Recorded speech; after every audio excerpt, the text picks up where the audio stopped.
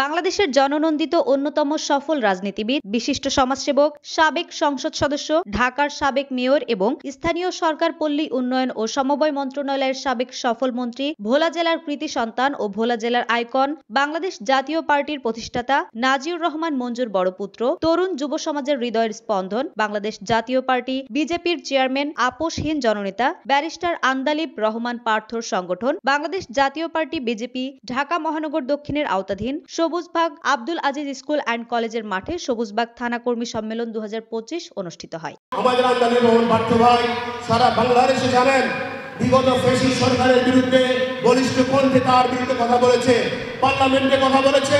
সারা বাংলাদেশের মানুষ জানে আন্দালিব রহমান আপোষহীন একজন নেতা। আমি তারই একজন কর্মী, আমি অহংকার করি তার মতো আমি একজন নেতাকে পেয়েছি।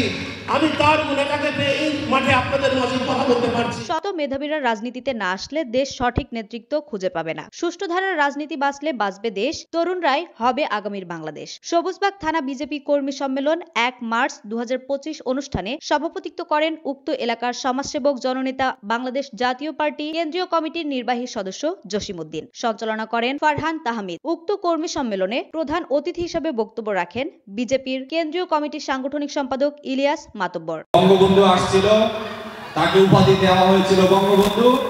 সে করলো রাজাকার আর মুক্তি বাহিনী। তো তার নেতৃত্বে 40,000 মুক্তিযোদ্ধাকে মারা হয়েছিল।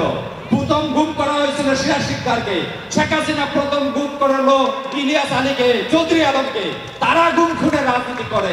এই দেশে আর তাদের কোনোদিন অস্তিত্ব, এই বাংলার মাটিতে 18 কোটি মানুষ তাদেরকে প্রতিহত করবে, আর এই দেশে আসতে দিবে না, দিবে না, দিবে না।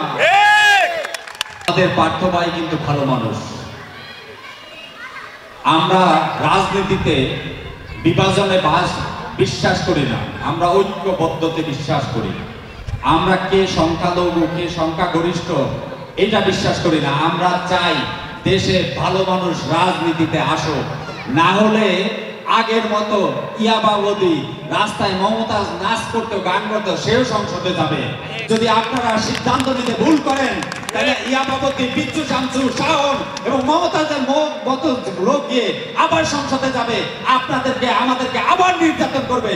তাই আসুন, ভালো মানুষকে রাজনীতি করুন। 500 টাকা 1020 টাকার বিনিময়ে আর আমাদের ভোট বাঙালি জাতি দিতে দিবে না। সবাই এখন সচেতন, তার যার ভোট সে দিবে, হিসাব করে দিবে, ভালো মানুষকে দিবে।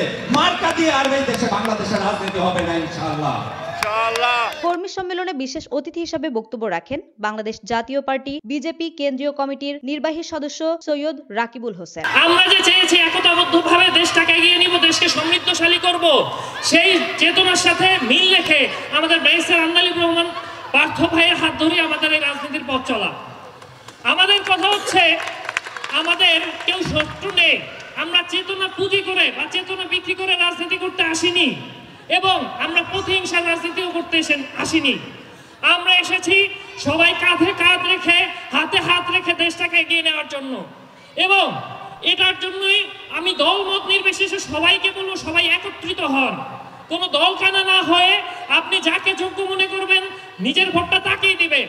আজকে ক্ষুদ্র কোনো স্বার্থে যদি আপনার নিজের ভোটটাকে অন্য কারো হাতে বিক্রি করে দেন, কালকে মনে করবেন এর 10 গুণ ক্ষতিপূরণ আপনাকে দিতে হবে, যেটা বিগত 17 বছর আপনাদেরকে দিতে হয়েছে। আরো বক্তব্য রাখেন বিজেপির অন্যতম সহযোগী সংগঠন বাংলাদেশ জাতীয় ছাত্র সমাজ কেন্দ্রীয় কমিটির সিনিয়র যুগ্ম আহ্বায়ক আবিদ চৌধুরী। এ সময় আরো উপস্থিত ছিলেন বিজেপি ঢাকা মহানগর দক্ষিণের অন্যান্য নেতৃবৃন্দরা ও স্থানীয় জনগণ। সবুজবাগ থানা আওতাধীন আব্দুল আজিজ স্কুল অ্যান্ড কলেজের মাঠে এই কর্মী সম্মেলন অনুষ্ঠিত হয়। তানিশা সুলতানা আফিফা, ডেস্ক নিউজ, মাতৃভাষা টেলিভিশন, ঢাকা।